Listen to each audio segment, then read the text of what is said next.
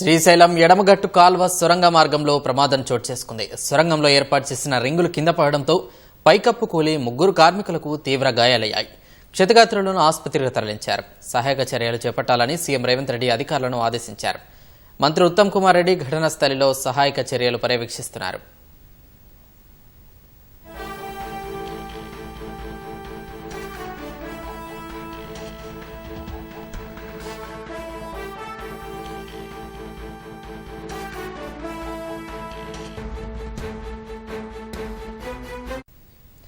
SLBC tunnel ప్రమాద ఘటనకు సంబంధించి మరింత సమాచారం మా ప్రతినిధి వెంకటేశ్వర్లు అందిస్తారు.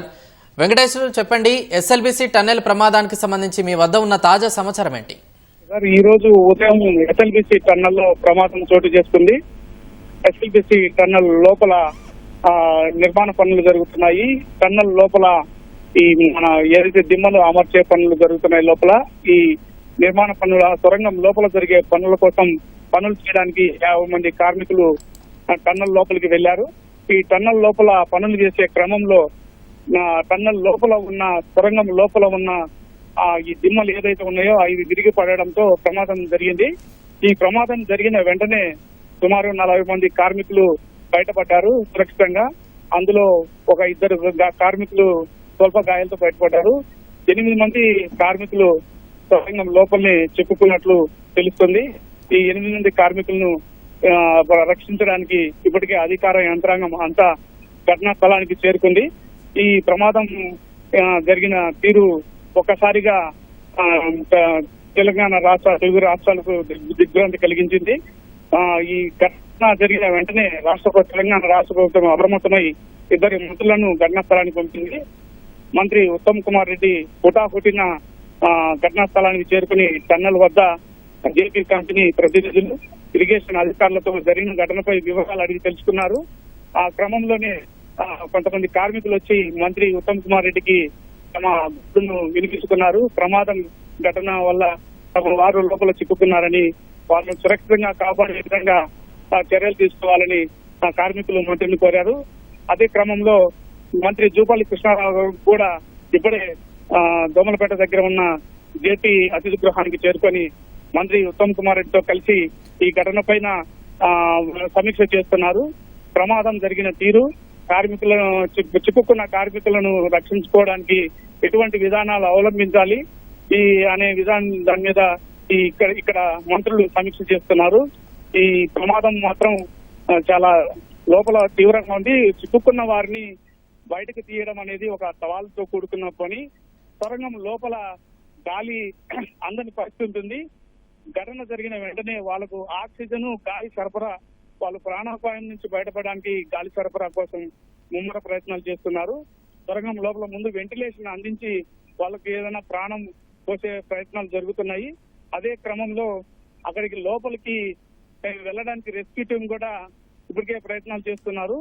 అగ్నిమాపక సిబ్బందితో పాటు రెస్క్యూ టీం కూడా సొరంగం లోపలికి వెళ్ళడానికి ప్రయత్నాలు చేస్తున్నారు. ఏ విధంగానైనా లోపల చిక్కుకున్న వారిని ప్రాణాలతో బతుకుంటే బయటికి తీసుకోవడానికి ప్రయత్నం చేస్తున్నారు. మొత్తానికి లోపల చిక్కుకున్న వారిని బయటికి తీసుకురావడమే ఇప్పుడు అధికార యంత్రానికి సవాలుగా మారింది. మంత్రులు కూడా దీని మీద సమీక్ష చేస్తున్నారు. సీనియర్ అధికారులు, ఉన్నతాధికారులు, పోలీసు ఉన్నతాధికారులు అందరినీ పిలిచి సమీక్ష చేస్తున్నారు. సార్, ధన్యవాదాలు.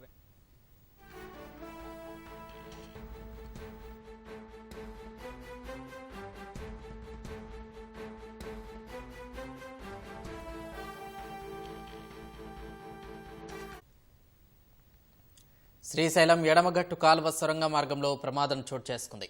సొరంగంలో ఏర్పాటు చేసిన రింగులు కింద పడడంతో పైకప్పు కూలి ముగ్గురు కార్మికులకు తీవ్ర గాయాలయ్యాయి. క్షతగాత్రులను ఆసుపత్రికి తరలించారు.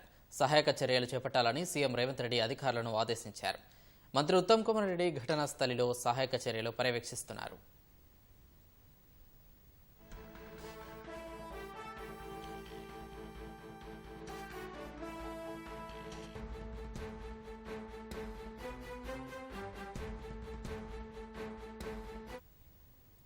దోమలపేట సమీపంలోని ఎస్ఎల్బీసీ టన్నెల్ వద్ద ప్రమాదం జరిగింది.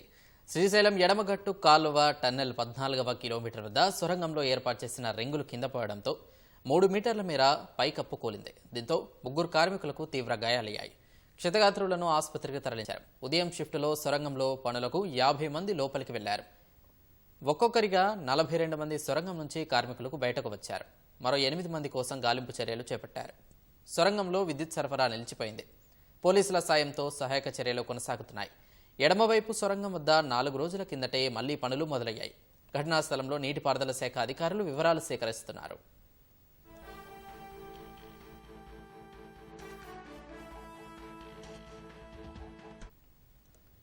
ఎస్ఎల్బీసీ టన్నెల్ ప్రమాదంపై ముఖ్యమంత్రి రేవంత్ రెడ్డి దిగ్భ్రాంతి వ్యక్తం చేశారు. టన్నెల్ వద్ద పైకప్పు కూలి పలువురికి గాయాలైన సమాచారం అందిన వెంటనే ముఖ్యమంత్రి అధికారులను అప్రమత్తం చేశారు. జిల్లా కలెక్టర్, ఎస్పీ, అగ్నిమాపక శాఖ, హైడ్రా, ఇరిగేషన్ విభాగం అధికారులు వెంటనే అక్కడికి చేరుకుని సహాయక చర్యలు అందించాలని సీఎం ఆదేశించారు. ఘటన జరిగిన తీరు, టన్నెల్లో ఎంతమంది ఉన్నారన్న సమాచారాన్ని అడిగి తెలుసుకున్నారు. టన్నెల్ ప్రమాదంలో ఎవరైనా గాయపడితే అత్యవసర చికిత్స అందేలా చర్యలు తీసుకోవాలని ఆదేశించారు. సహాయక చర్యల్లో ఇతర విభాగాల సహకారం తీసుకోవాలని ఆయన ఆదేశించారు. ముఖ్యమంత్రి ఆదేశాలతో నీటిపారుదల శాఖ మంత్రి ఉత్తమ్ కుమార్ రెడ్డి ప్రత్యేక హెలికాప్టర్లో ప్రమాదం జరిగిన ప్రాంతానికి చేరుకుని సహాయక చర్యలు పర్యవేక్షిస్తున్నారు.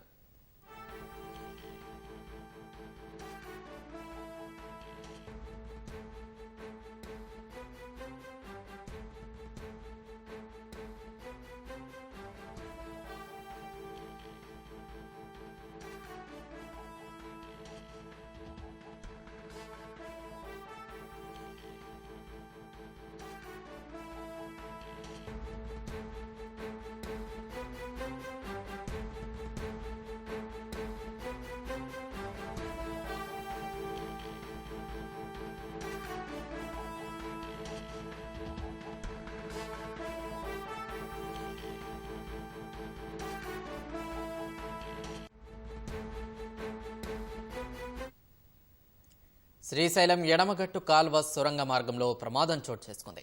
సొరంగంలో ఏర్పాటు చేసిన రింగులు కింద పడడంతో పైకప్పు కూలి 3 కార్మికులకు తీవ్ర గాయాలయ్యాయి. క్షతగాత్రులను ఆసుపత్రికి తరలించారు. సహాయక చర్యలు చేపట్టాలని సీఎం రేవంత్ రెడ్డి అధికారులను ఆదేశించారు. మంత్రి ఉత్తమ్ కుమార్ రెడ్డి ఘటనా స్థలిలో సహాయక చర్యలు పర్యవేక్షిస్తున్నారు.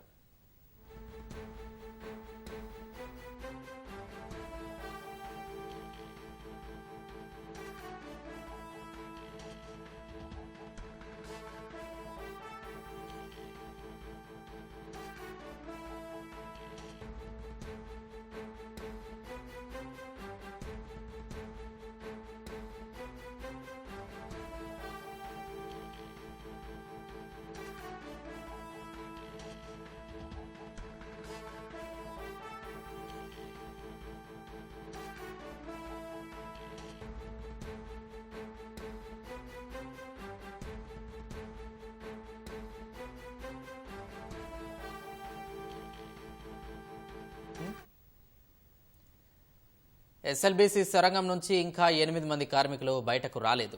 గాలింపు చర్యలు కొనసాగుతున్నాయి. ఇక మరింత సమాచారం మా ప్రతినిధి బాలేశ్వర్ అడిగి తెలుసుకుందాం. బాలేశ్వర్, చెప్పండి, సొరంగం వద్ద సహాయక చర్యలు ఎలా కొనసాగుతున్నాయి? సార్ నమస్కారం సార్. ఇక్కడ ఈ రోజు ఉదయం మార్నింగ్ జరిగినటువంటి ఈ ప్రమాదం సంబంధించి 8 మంది అందులోనే చిక్కుకున్నారు. ఇప్పటి వరకు సహాయక చర్యలు అనేది ప్రారంభం కాలేదు.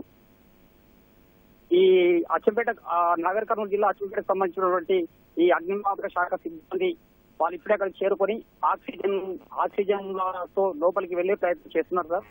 వారితో పాటు ఇప్పుడే మన రాష్ట్ర భారీ నీటిపారుదల శాఖ మంత్రి ఉత్తమ్ కుమార్ రెడ్డి గారు చేరుకున్నారు. వారితో పాటు మళ్ళీ పర్యాటక శాఖ మంత్రి జూపల్లి కృష్ణారావు గారు చేరుకున్నారు.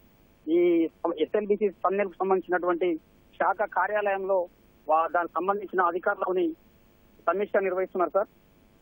అదే దాంతో పాటు సింగరేణికి సంబంధించినటువంటి రెస్క్యూ బృందాలను కూడా ఇక్కడికి రప్పించే ప్రయత్నం చేస్తున్నారు సార్.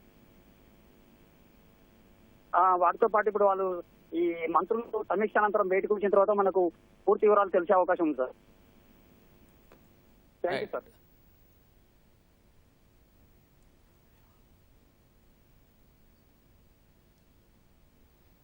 ఈ ప్రమాదంపై అధికారులు ఏమంటున్నారు బాలేశ్వర్?